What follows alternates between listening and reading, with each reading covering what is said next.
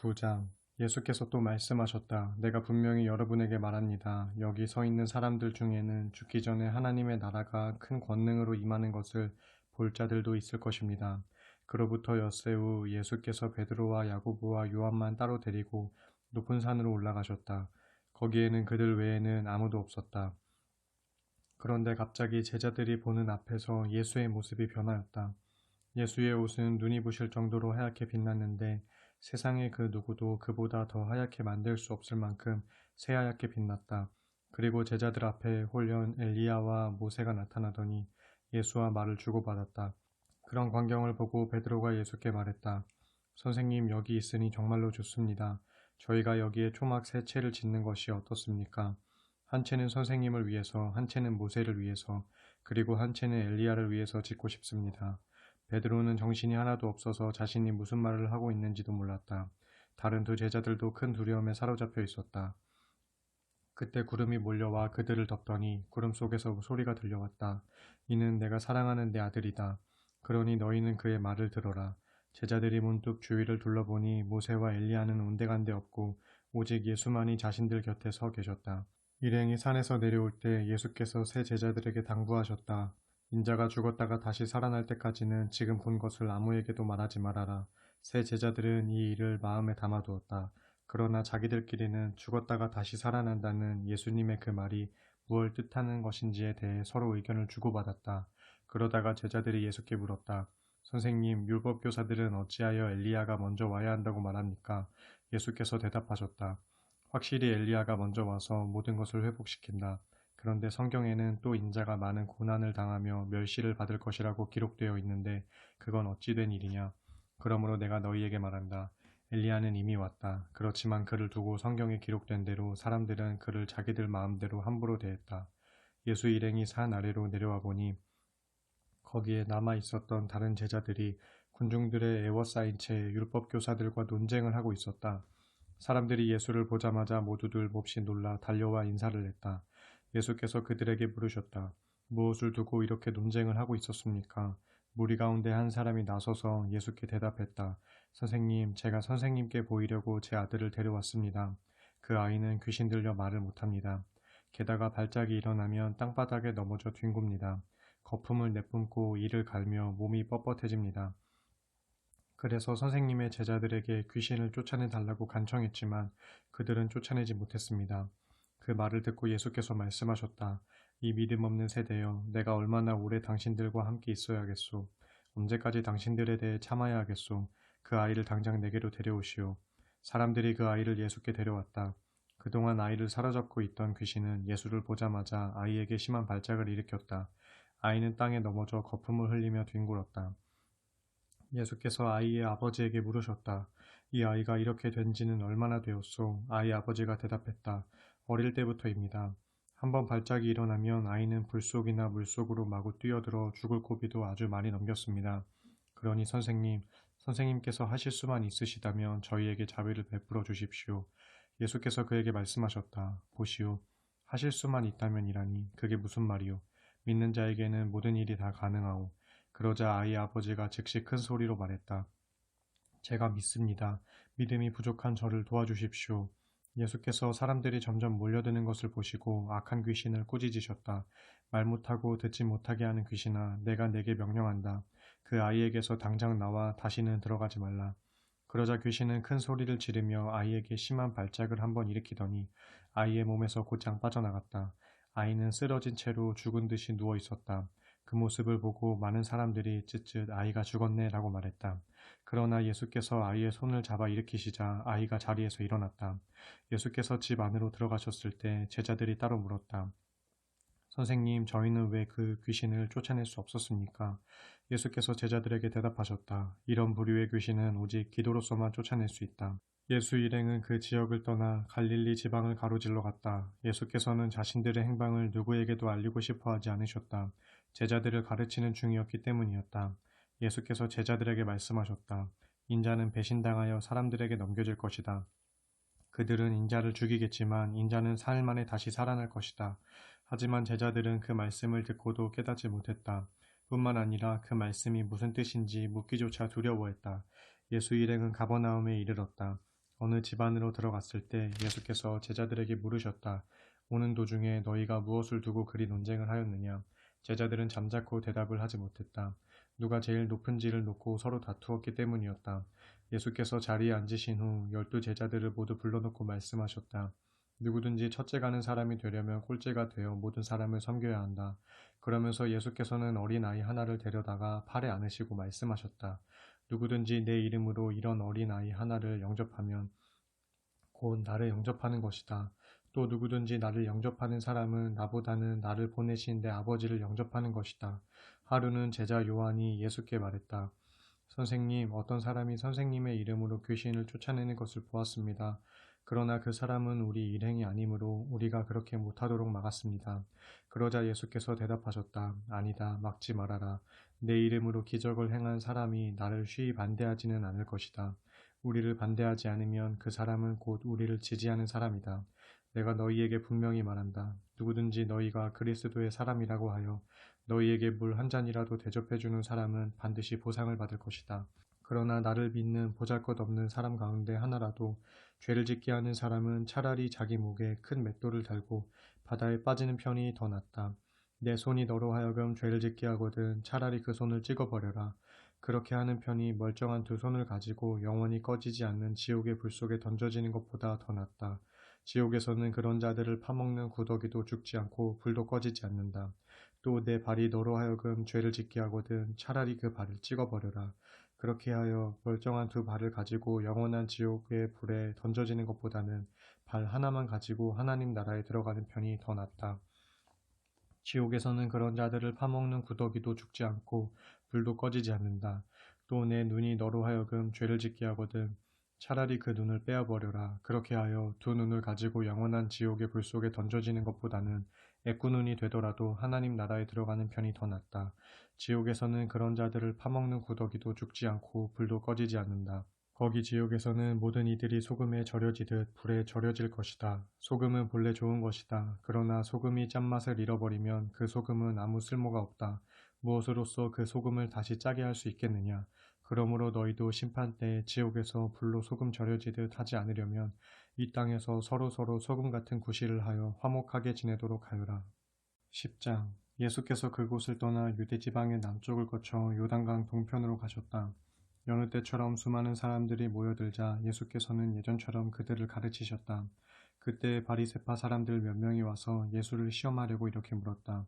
남편이 자기 아내를 버려도 괜찮습니까? 예수께서 대답하셨다.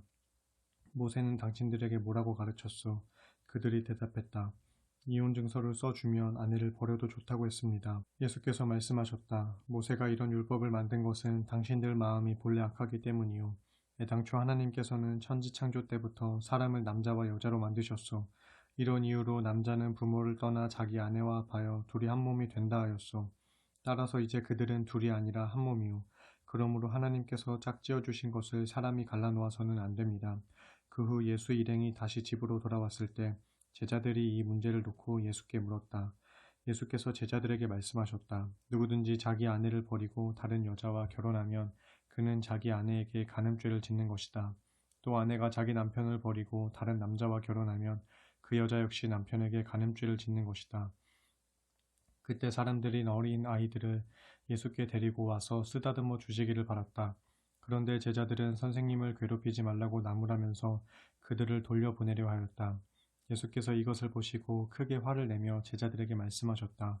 어린아이들이 내게로 오는 것을 막지 말아라. 하나님의 나라는 이런 어린아이와 같은 자들의 것이다.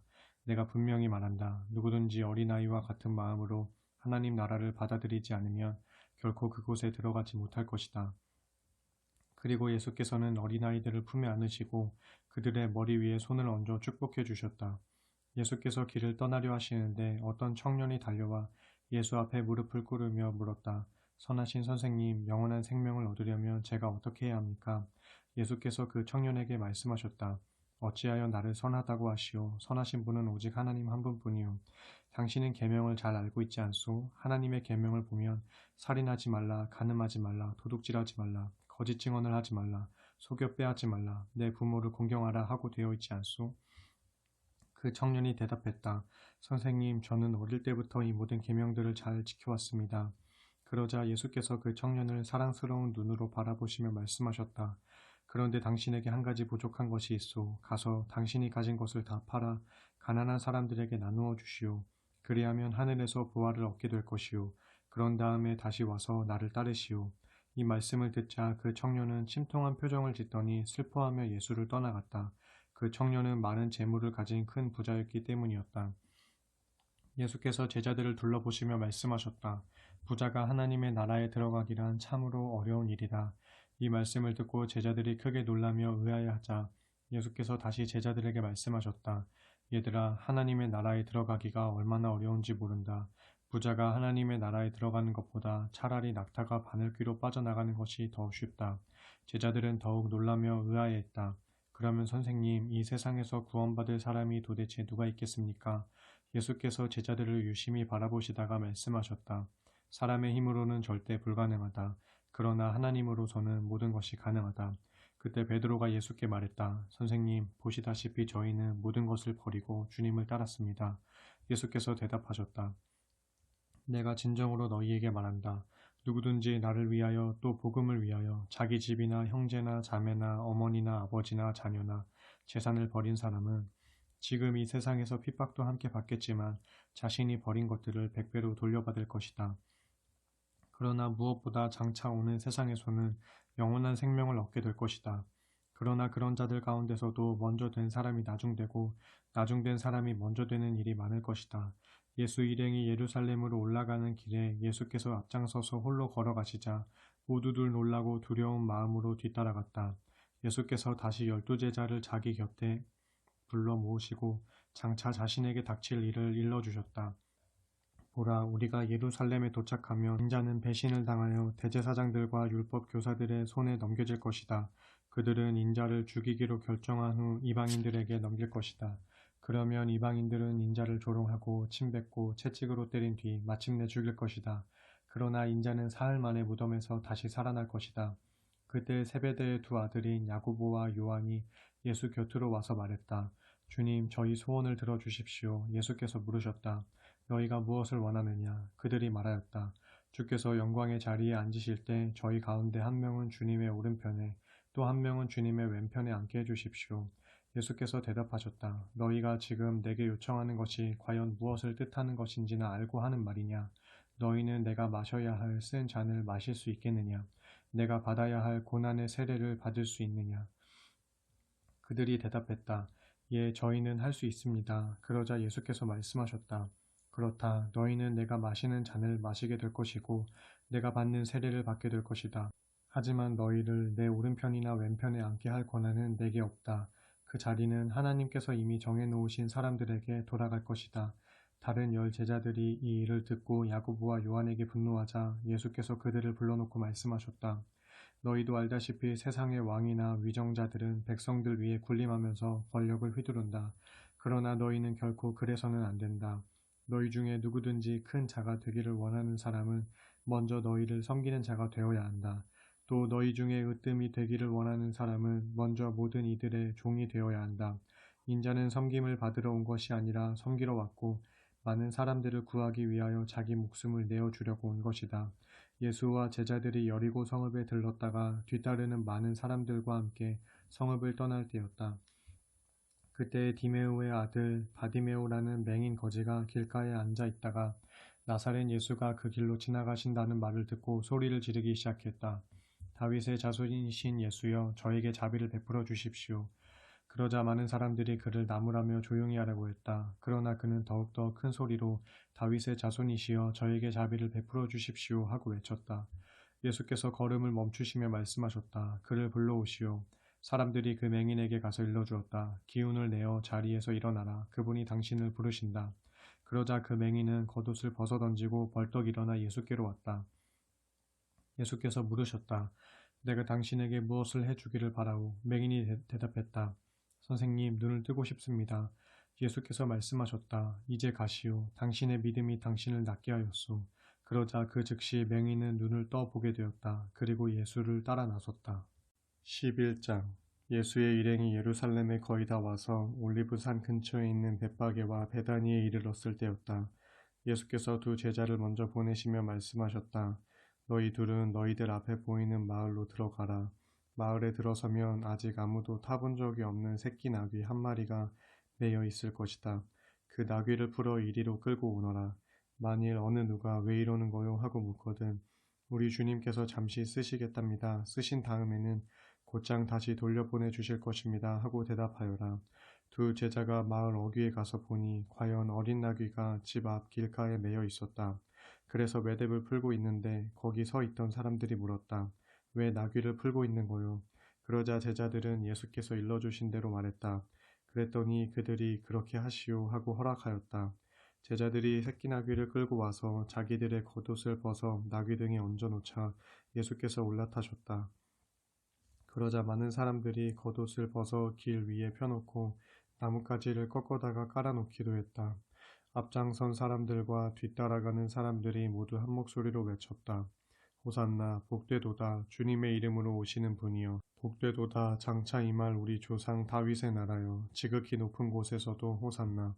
마침내 예루살렘에 도착하신 예수께서는 성전으로 들어가셨다. 거기서 주변 모든 것을 둘러보신 후 날이 이미 저물었으므로 12제자와 함께 베다니로 돌아가셨다. 이튿날 아침 예수 일행이 베다니를 떠나올 때 예수께서 배고픔을 느끼셨다.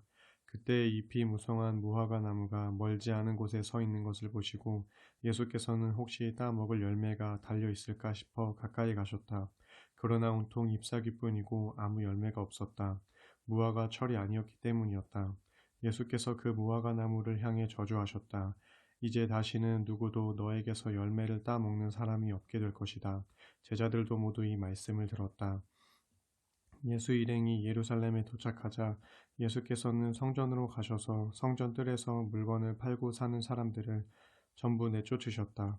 돈 바꾸어 주는 자들의 탁자와 비둘기 장수들의 의자를 둘러 엎으셨다. 그리하여 어느 누구도 물건을 들고 성전 뜰을 지나다니는 일이 없게 하셨다. 그런 후 예수께서 사람들을 가르치며 말씀하셨다. 성경에 보면 내 집은 만민이 기도하는 집이다 라고 기록되어 있지 않소? 그런데 당신들은 이 성전을 강도의 소굴로 만들어버렸소.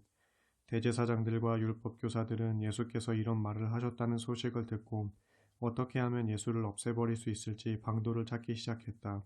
그들은 사람들의 마음을 사로잡고 있는 예수가 두려웠던 것이다. 밤이 되자 예수 일행은 다시 예루살렘 성 밖으로 나가셨다. 다음날 이른 아침 예수 일행은 길을 지나다가 어제 그 무화과 나무가 뿌리째 말라 있는 것을 보았다. 그러자 베드로가 어제 일을 기억해내고는 말했다. 보십시오 선생님, 선생님께서 저주하신 저 무화과 나무가 바싹 말라버렸습니다. 예수께서 대답하셨다. 하나님을 믿어라. 내가 진정으로 너희에게 말한다. 만일 너희가 이 산더러 저 바다로 빠져라 하고 말하면서 마음에 한 점 의심도 품지 않고 그렇게 될 것이라고 믿으면 정말로 그대로 이루어질 것이다. 내 말을 잘 새겨들어라. 너희가 기도하고 구하는 것은 이미 받은 줄로 믿어라.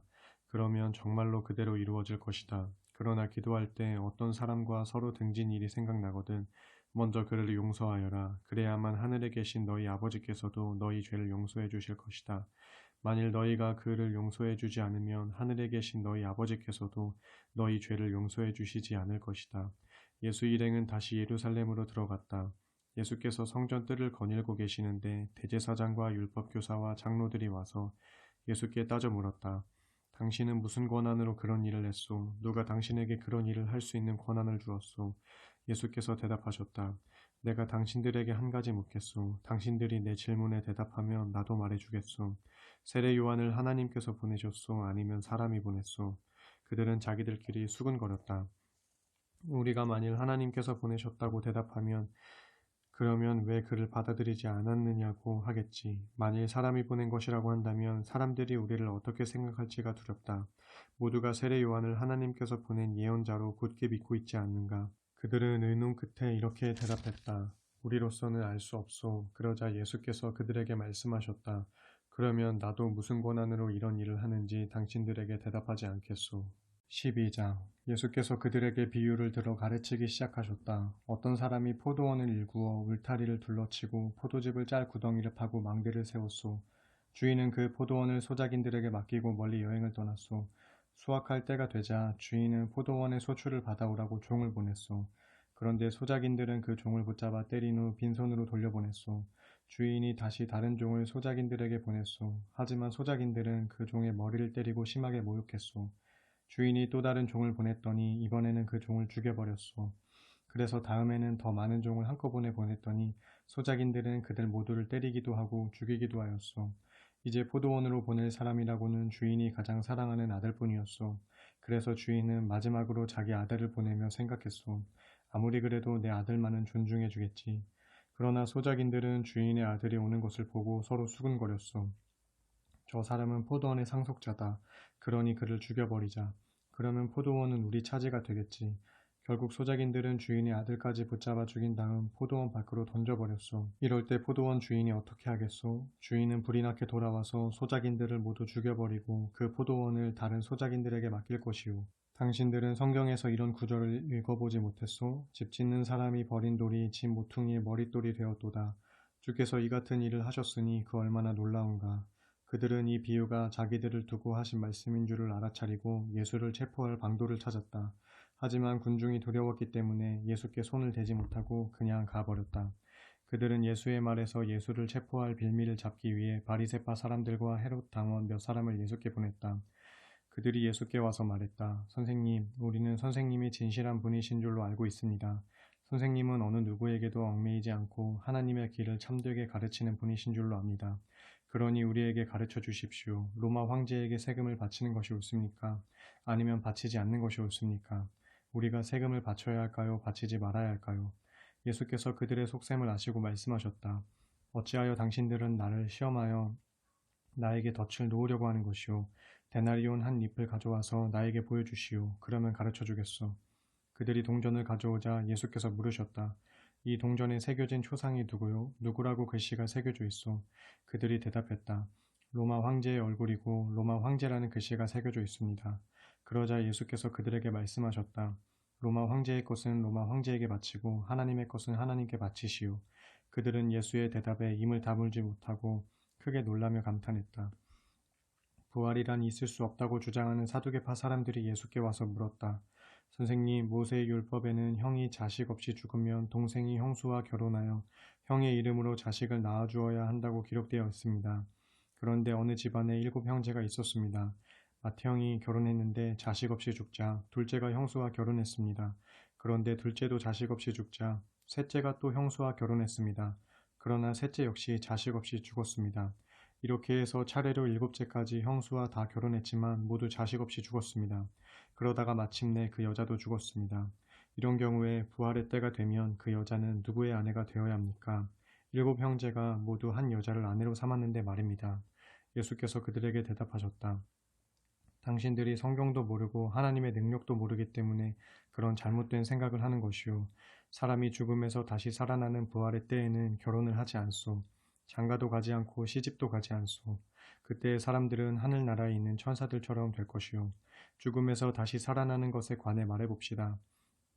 당신들은 모세의 책에서 떨기나무가 불타는 가운데 하나님께서 모세에게 한 말을 읽어보지 못했소? 곧 나는 아브라함의 하나님이요 이삭의 하나님이요 야곱의 하나님이다 라고 하시지 않았소. 하나님께서는 죽은 자들의 하나님이 아니라 살아있는 자들의 하나님이시오. 그러니 당신들 생각이 크게 잘못된 것이오. 율법 교사들 가운데 한 명이 거기에서 토론하는 것을 듣고 있었다. 그는 예수께서 답변을 아주 잘 하시는 것을 보고 예수께 또 물었다. 모든 계명들 중에서 어느 것이 첫째가는 계명입니까? 예수께서 대답하셨다. 가장 중요한 계명은 이것이요. 곧 이스라엘아 들으라. 우리 하나님 주께서는 유일한 분이시다. 그러므로 내 마음을 다하고 내 목숨을 다하고 내 생각을 다하고 내 힘을 다하여 주님이신 너의 하나님을 사랑하라. 그리고 둘째가는 계명은 내 이웃을 내 몸과 같이 사랑하라는 것이요. 이 두 계명보다 더 크고 중요한 계명은 없소. 그러자 그 율법 교사가 말했다. 선생님, 하나님께서는 한 분뿐이시고 그분 외에는 다른 이가 없다고 하신 말씀은 과연 옳은 말씀입니다. 또 마음을 다하고 지혜를 다하고 힘을 다하여 하나님을 사랑하는 것과 이웃을 자기 몸과 같이 사랑하는 것이 번제물과 희생제물을 바치는 것보다 훨씬 더 중요합니다. 예수께서 그 사람의 현명한 대답을 들으시고 말씀하셨다. 당신은 하나님 나라에서 멀리 떨어져 있지 않소. 그 후부터는 아무도 감히 예수께 더 묻는 사람이 없었다. 예수께서 성전 뜰에서 사람들을 가르치실 때 이렇게 말씀하셨다. 어찌하여 율법 교사들은 그리스도를 다윗의 자손이라고 합니까? 성령의 감화를 받은 다윗은 친히 이렇게 말했습니다. 곧 주님께서 나의 주께 말씀하셨다. 내가 내 원수들을 내 발 아래 굴복시킬 때까지 너는 내 오른편에 앉아 있어라. 이렇듯 다윗은 그리스도를 주라고 불렀는데 어떻게 그리스도가 다윗의 자손이 될 수 있겠습니까? 예수의 이 같은 가르침을 많은 사람들이 기쁘게 받아들였다. 예수께서 또 가르치시면서 이렇게 말씀하셨다. 여러분은 율법교사들을 조심하십시오. 그들은 긴 예복을 입고 장터를 돌아다니면서 인사받기를 좋아합니다. 또한 그들은 회당에서 제일 높은 자리만 찾고 잔치집에서도 윗자리에만 앉습니다. 뿐만 아니라 과부들의 재산을 가로채 빼앗고 남에게 보이려고 길게 기도합니다. 그러므로 이런 사람들은 장차 더 엄중한 벌을 받을 것입니다. 한 번은 예수께서 성전 뜰에 있는 헌금함 맞은편에 앉으셔서 사람들이 헌금함에 돈 넣는 모습을 지켜보고 계셨다. 많은 돈을 넣는 부자들이 적지 않았다. 그런데 한 가난한 과부가 와서 두 렙돈 곧 한 고드란트를 헌금함에 넣었다. 그때 예수께서 제자들을 곁에 불러놓고 말씀하셨다. 내가 진정으로 너희에게 말한다. 저 가난한 과부가 다른 누구보다도 더 많은 돈을 넣었다. 다른 사람들은 넉넉한 가운데서 조금 떼어내어 넣었지만 저 과부는 극히 가난한 중에서도 자신이 가진 생활비 전부를 바친 것이다. 13장 예수께서 예루살렘 성전을 떠나려 하시는데 제자들 가운데 한 명이 성전을 가리키며 말했다. 보십시오, 선생님, 얼마나 굉장한 돌들입니까? 참으로 멋진 건물이지 않습니까? 예수께서 그에게 대답하셨다. 이 건물들이 그렇게도 멋져 보이느냐? 그러나 장차 이 건물의 돌 하나도 돌 위에 얹혀 있지 못하고 다 무너져 내리고 말 것이다. 예수께서 예루살렘 성전 맞은편에 올리브 산에 앉아 계실 때 베드로와 야고보와 요한과 안드레가 따로 예수께 와서 물었다. 선생님, 저희에게 말씀해 주십시오. 언제 그런 일이 닥치겠습니까? 그런 재난이 일어나기 전에 어떤 징조가 있겠습니까?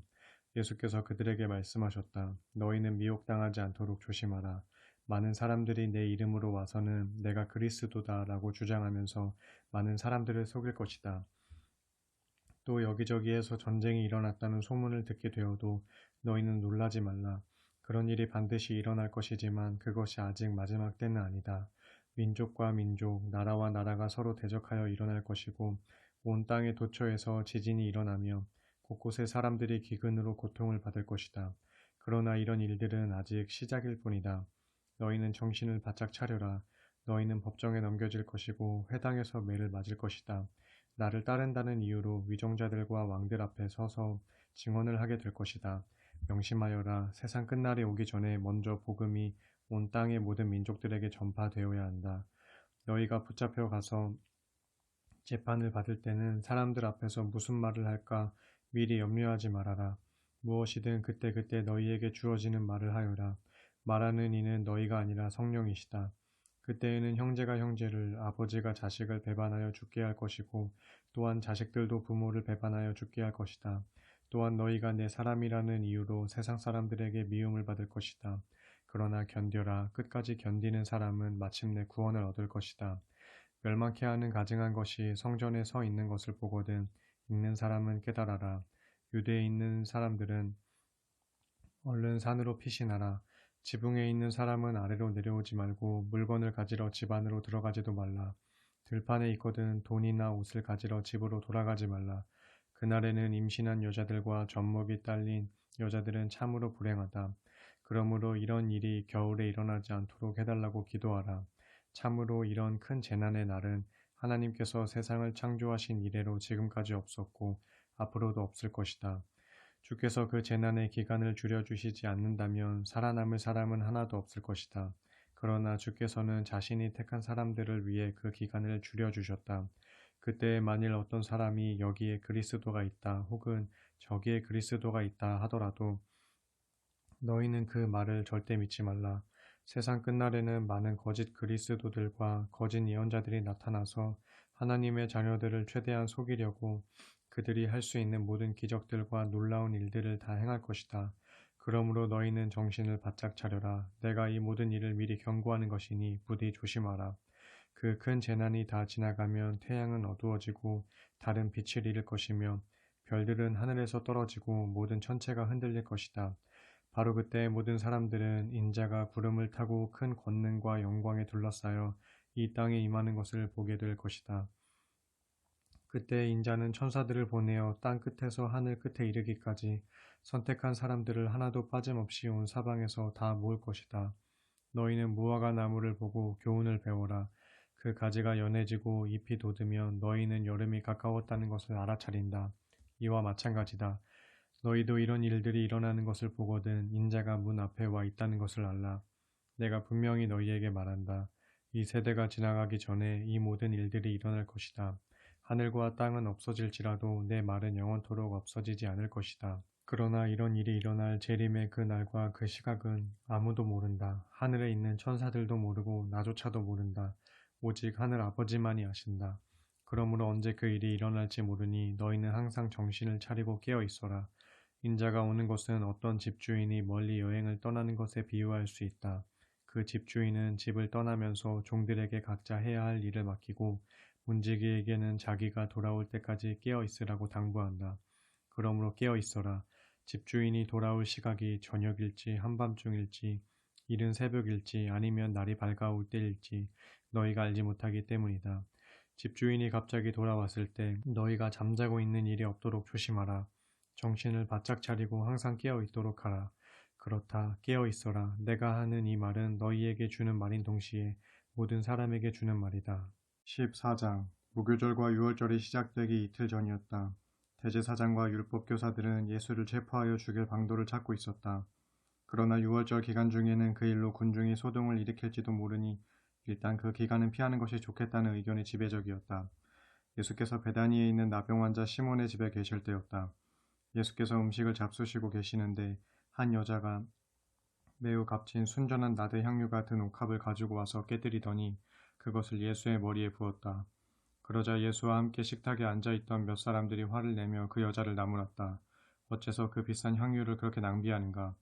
이 향유를 내다 팔면 좋게 300데나리온 이상을 받을 수 있을 텐데 그 돈을 가난한 사람들에게 나누어 주었더라면 얼마나 좋았겠는가? 그러자 예수께서 그들에게 말씀하셨다. 가만두시오. 왜 그 여자를 괴롭히는 것이오? 그녀는 내게 아주 갸륵한 일을 한 것이오. 가난한 사람들은 언제나 당신들 주변에 있으니 당신들이 마음만 있으면 어느 때고 그들을 도와줄 수 있소. 그러나 나는 언제까지나 당신들과 함께 있는 것이 아니오. 그러므로 이 여자는 자기가 할 수 있는 최선의 일을 한 것이오. 내 장례를 위하여 미리 내 몸에 향유를 부어준 것이오. 내가 분명히 당신들에게 말하겠소. 온 세상 어디서든지 복음이 전파되는 곳마다 이 여자가 행한 이 갸륵한 일도 함께 전해줘서 사람들이 그녀를 길이 기억하게 될 것이오. 그때 12제자 가운데 하나인 가룟 유다가 대제사장들을 찾아가서 예수를 그들에게 넘겨주겠다고 말했다. 그들은 가룟 유다의 이 말을 듣고 무척 기뻐하며 그에게 돈을 주겠다고 약속했다. 그래서 이때부터 가룟 유다는 예수를 넘겨줄 적당한 기회를 엿보기 시작했다. 무교절 첫째 날에는 유월절 양을 잡는 것이 관습이었다. 그래서 제자들이 예수께 물었다. 선생님께서 드실 유월절 음식을 어디에다 차려야 할까요? 예수께서 제자들 가운데 두 사람을 예루살렘 성읍으로 보내며 말씀하셨다. 성 안에 들어가면 물동이를 들고 걸어오는 사람을 만날 것이다. 너희는 그 사람을 따라가라. 그 사람이 들어가는 집으로 너희도 따라 들어가서 집주인에게 우리 선생님께서 제자들과 함께 유월절 음식을 먹을 방이 준비되어 있는지 알아보라고 하십니다. 하고 말하라. 그러면 집주인은 이미 자리가 다 마련된 큰 다락방으로 너희를 안내할 것이다. 거기에다 유월절 음식을 준비해 놓도록 하여라. 두 제자가 예루살렘 성읍 안에 들어가 보니 예수께서 일러주신 그대로였다. 그래서 제자들은 거기에다 유월절 음식을 준비하였다. 저녁 때가 되자 예수께서 다른 제자들과 함께 그 집으로 가셨다. 일행이 자리를 잡은 후 식탁에 둘러앉아 음식을 먹고 있을 때 예수께서 제자들에게 말씀하셨다. 내가 분명히 너희에게 말한다. 지금 나와 함께 식사를 하고 있는 너희들 가운데 한 사람이 나를 배신할 것이다. 그 순간 무거운 침묵이 감돌았다. 제자들은 근심에 쌓여 저마다 예수께 물었다. 설마 저는 아니죠. 예수께서 대답하셨다. 너희 12사람 가운데 하나다. 지금 나와 함께 그릇에 손을 담근 자가 바로 그 사람이다. 인자는 오래전부터 예언자가 선포한 대로 죽음의 길을 걷겠지만 인자를 배신한 그 사람에게는 참으로 화가 미칠 것이다. 차라리 그는 세상에 태어나지 않았더라면 좋았을 뻔했다. 모두가 한참 유월절 음식을 먹을 때였다. 예수께서 빵을 들어 감사기도를 하신 후 제자들에게 그 빵을 떼어주시며 말씀하셨다. 자, 받아 먹어라. 이 빵은 내 몸이다. 또 잔을 들어 하나님께 감사기도를 드린 후 그 잔을 제자들에게 주시니 제자들이 모두 돌려가며 마셨다. 그런 뒤 예수께서 제자들에게 말씀하셨다. 이 잔은 내 피다. 곧 모든 사람을 위하여 흘리는 새 언약의 피다. 내가 분명히 너희에게 말한다. 하나님 나라에서 새 포도주를 마시게 될 그날까지 나는 포도나무 열매로 빚은 것을 다시는 마시지 않을 것이다. 그들은 찬송을 부른 후 다 함께 올리브산으로 올라갔다. 그때 예수께서 제자들에게 말씀하셨다. 너희는 모두 나를 버릴 것이다. 이미 하나님께서 예언자들을 통하여 이렇게 말씀하시지 않았느냐. 내가 칼을 들어 목자를 칠 터인데 양떼가 뿔뿔이 흩어질 것이다. 그러나 내가 죽음에서 다시 살아난 뒤 너희보다 먼저 갈릴리로 갈 것이다. 그러자 베드로가 예수께 말했다. 선생님, 무슨 말씀을 그리 하십니까? 다른 사람들은 다 주님을 버린다고 할지라도 저는 절대로 주님을 버리지 않겠습니다. 예수께서 베드로에게 말씀하셨다. 아니다. 오늘 밤에 닭이 2번 울기 전에 너는 3번이나 나를 모른다고 부인할 것이다. 그러자 베드로가 더욱 힘주어 말했다. 아닙니다. 절대로 그런 일은 없습니다. 비록 주님과 함께 죽는 일이 있더라도 저는 절대로 주님을 모른다고 부인하지 않겠습니다. 다른 제자들도 모두 똑같은 다짐을 했다. 겟세마네라고 하는 동산에 오르자 예수께서 제자들에게 말씀하셨다. 내가 저기 가서 기도하는 동안 너희는 여기 앉아 있어라. 그런 뒤 예수께서는 베드로와 야고보와 요한만을 따로 데리고 올라가셨다. 이때 예수께서 큰 근심과 깊은 번민에 쌓여 말씀하셨다. 내 마음이 너무도 괴로워 죽을 지경이다. 그러니 너희는 여기에 머물러 깨어 기도하고 있어라. 예수께서는 홀로 일어나 저만큼 걸어가시더니 땅에 엎드려 기도하셨다. 만일 그럴 수만 있으시다면 이 고난의 시간이 그냥 지나쳐가게 해달라고 간절히 기도하셨다. 예수께서는 이렇게 기도하셨다. 아버지, 나의 아버지여, 아버지께서는 모든 일을 하실 수 있습니다. 그러니 이 잔을 내게서 치워주십시오. 그러나 내 뜻대로 하지 마시옵고 아버지의 뜻대로 하시옵소서. 그런 다음 예수께서 제자들에게 돌아와 보니 제자들은 쿨쿨 자고 있었다. 예수께서 베드로에게 말씀하셨다. 시몬아, 자고 있느냐? 단 한 시간도 깨어서 나와 함께 기도할 수 없단 말이냐? 너희는 깨어 시험에 빠지지 않도록 기도하라. 아, 너희가 마음으로는 원하면서도 육신이 약하구나. 그런 뒤 예수께서는 다시 저만큼 걸어가신 다음 똑같은 말씀으로 다시금 기도하셨다. 그리고 다시 돌아와 보시니 제자들은 여전히 자고 있었다. 너무나 졸려서 그들은 눈을 뜨고 있을 수가 없었던 것이다. 제자들은 예수께 무슨 말을 해야 할지 몰랐다. 예수께서 3번째로 기도하고 돌아오신 후 제자들에게 말씀하셨다. 아직도 자고 있느냐? 그쯤 쉬었으면 되었다. 이제는 때가 되었다. 보라, 인자가 죄인들의 손에 넘겨질 때가 이르렀다. 자, 어서 일어나 가자. 나를 넘겨줄 자가 가까이 와 있다. 예수의 말씀이 채 끝나기도 전에 12제자 가운데 하나인 가룟 유다가 나타났다. 그리고 그와 함께 온 무리들은 손에 칼과 몽둥이를 들고 있었다. 대제사장과 율법교사와 장로들이 보낸 일당이었다. 가룟 유다는 그들에게 내가 껴안고 입맞추는 사람이 바로 예수이므로 실수 없이 그를 붙잡도록 하시오 하고 미리 말해둔 터였다. 가룟 유다는 곧장 예수께 다가가 선생님 하고 부르면서 다정하게 껴안고 입을 맞추었다. 그러자 일당들은 우르르 달려들어 재빨리 예수를 붙잡았다. 그때 예수 곁에 서 있던 사람 가운데 하나가 얼른 칼을 빼어 대제사장의 종을 힘껏 내리쳐서 그의 귀를 베어버렸다. 예수께서 일당들에게 말씀하셨다. 당신들이 칼과 몽둥이를 들고 나를 잡으러 오다니 내가 강도라도 된단 말이오. 내가 날마다 성전 뜰에 가르칠 때는 왜 나를 잡지 않았소? 하지만 이제 내게 이런 일이 일어나는 것은 성경의 예언이 이루어지기 위한 것이요. 그러는 동안에 예수의 제자들은 모두 예수를 버리고 각기 뿔뿔이 흩어져 어디론가 달아나 버렸다. 그런데 그때 한 청년이 몸에 3배 혼이물만을 두른 채 예수를 뒤따라가고 있었다. 그래서 일당들이 그를 붙잡으려고 하자 그 청년은 혼이물을 던져버리고 알몸으로 재빨리 달아났다. 일당들은 예수를 대제사장의 집으로 끌고 갔다. 그러자 다른 대제사장들과 율법교사들과 장로들이 금방 모여들었다. 베드로는 멀찍이 떨어져서 예수를 뒤따라 대제사장의 집 안뜰까지 들어왔고 거기서 경비병들 틈에 웅크리고 앉아 불을 쬐고 있었다. 대제사장들과 모든 공회 의원들이 예수를 죽이기 위해 증거를 찾으려고 애썼지만 아무것도 찾을 수가 없었다. 많은 사람들이 예수에 대해 거짓으로 증언을 해댔지만 서로 일치하지 않았다.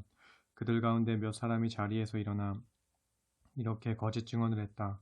우리는 저 사람이 사람의 손으로 지은 이 성전을 허물어 버리고 사흘 만에 다시 짓겠다라고 말하는 것을 똑똑히 들었습니다. 그러나 그들이 하는 증언들도 서로 들어맞지 않았다. 그러자 대제사장이 그들 앞으로 나와서 예수께 물었다. 그대는 아무 말도 하지 않을 작정인가? 이 사람들이 그대에게 불리한 증언을 하고 있지 않은가? 하지만 예수께서는 입을 다무시고 침묵으로 일관하셨다. 대제사장이 다시 물었다. 그대는 하나님의 아들 그리스도인가? 예수께서 대답하셨다. 그렇소. 내가 바로 그요. 당신들은 인자가 하나님의 오른편에 앉아있는 것과 하늘구름을 타고 다시 오는 것을 보게 될 것이요. 그러자 대제사장이 자기 옷을 찢으며 말했다. 더 이상 무슨 증언이 필요하겠소. 하나님을 모독하는 저 사람의 말을 지금 우리 모두가 직접 들었소. 자, 여러분은 어떻게 생각하시오? 그러자 그들은 모두 예수를 사형에 처해야 마땅하다고 결론지었다. 그들 가운데 더러는 예수께 침을 뱉었고 더러는 예수의 얼굴을 가린 후에 주먹으로 치면서 누가 너를 쳤는지 어디 한번 알아맞혀 보아라 하고 조롱하였다. 경비병들도 예수를 끌고 가 손바닥으로 뺨을 마구 때렸다.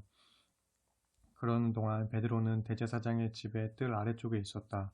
그런데 대제사장의 집에서 일하는 여종 하나가 다가오더니 불을 쬐고 있던 베드로에게 말했다. 당신도 저 나사렛 사람 예수와 함께 다니던 사람이지요. 그러자 베드로는 곧 부인하며 말했다. 도대체 무슨 소리를 하는 건지 모르겠군. 그러고서 베드로는 얼른 바깥뜰로 나가버렸다.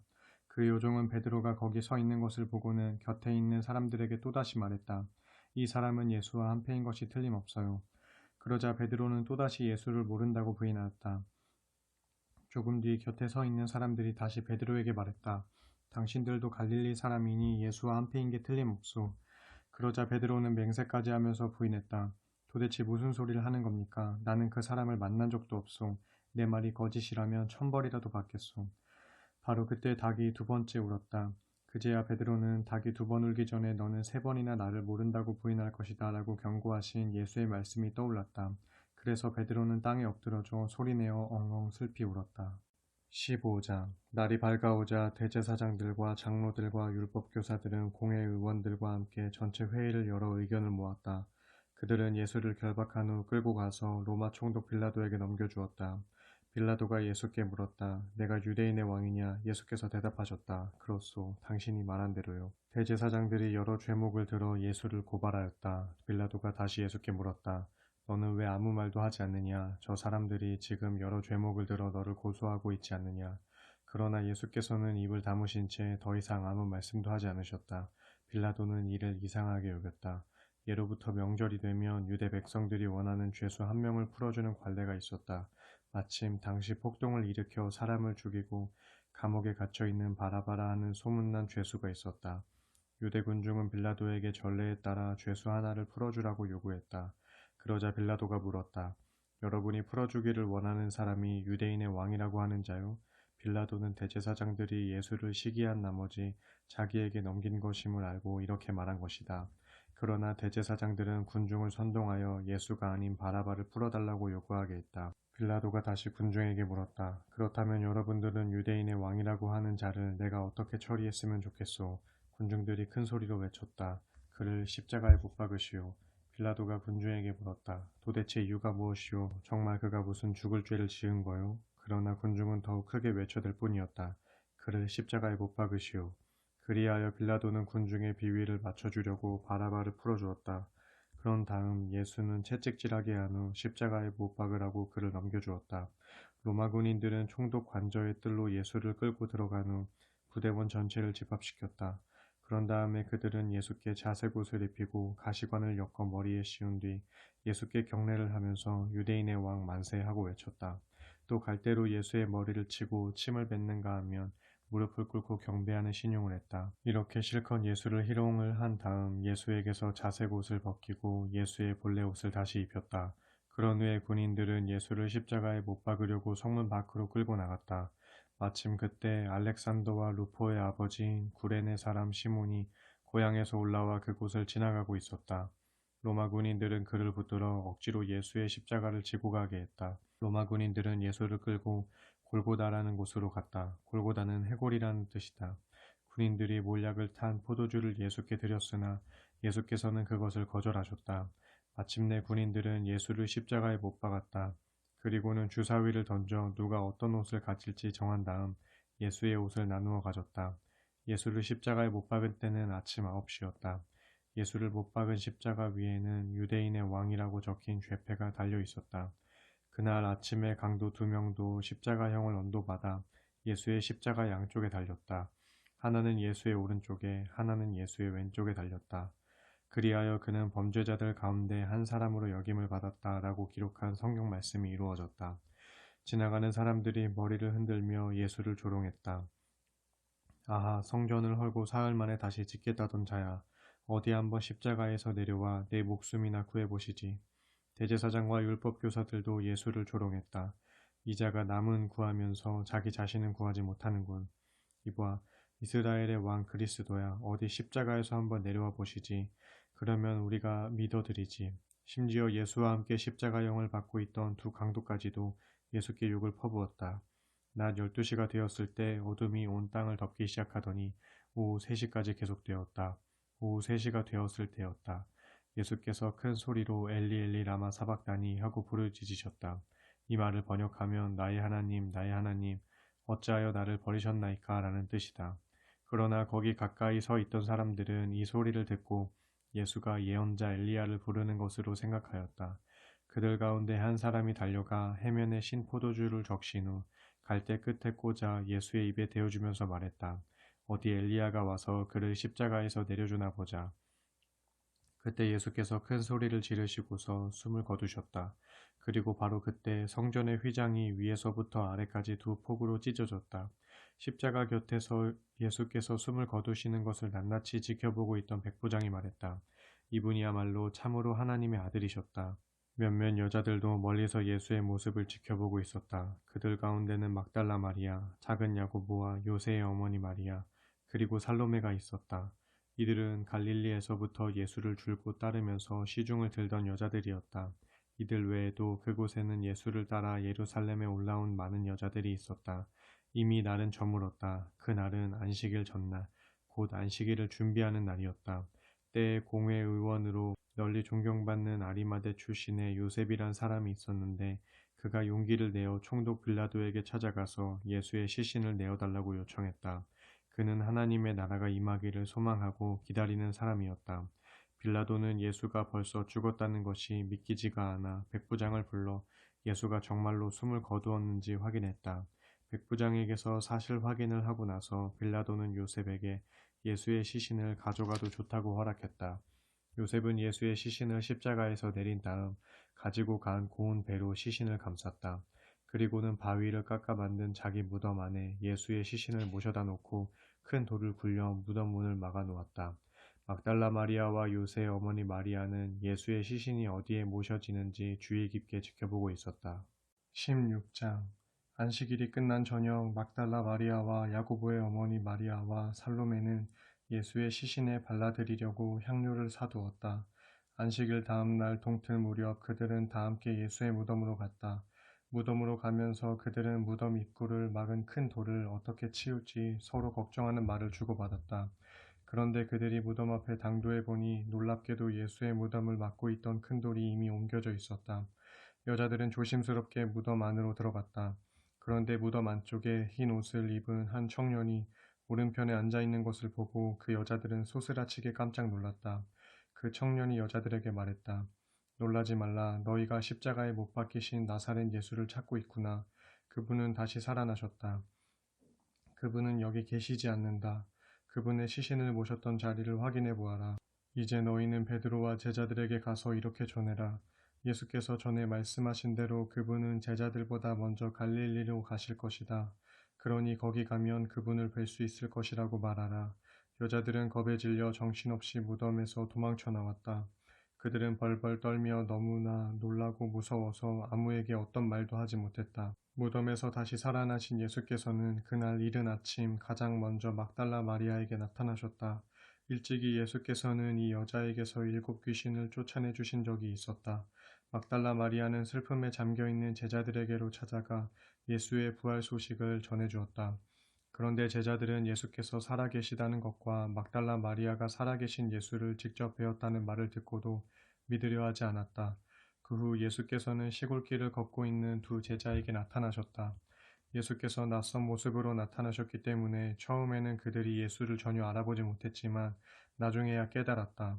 그래서 그들이 돌아가서 다른 제자들에게 이 소식을 알렸다. 그러나 아무도 그들의 말을 믿지 않았다. 그 후 11제자가 다 함께 모여 식사를 하고 있을 때 예수께서 그들에게 나타나셨다. 예수께서는 그들의 믿음 없는 것과 무딘 마음을 꾸짖으셨다.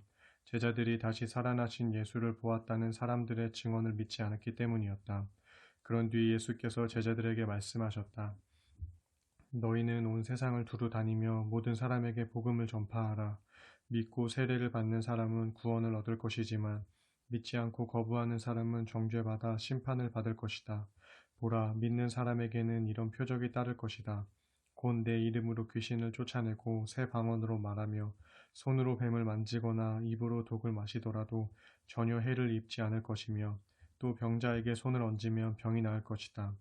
주 예수께서 제자들에게 말씀을 마치신 뒤 하늘로 들려 올라가셔서 하나님의 오른편 보좌에 앉으셨다.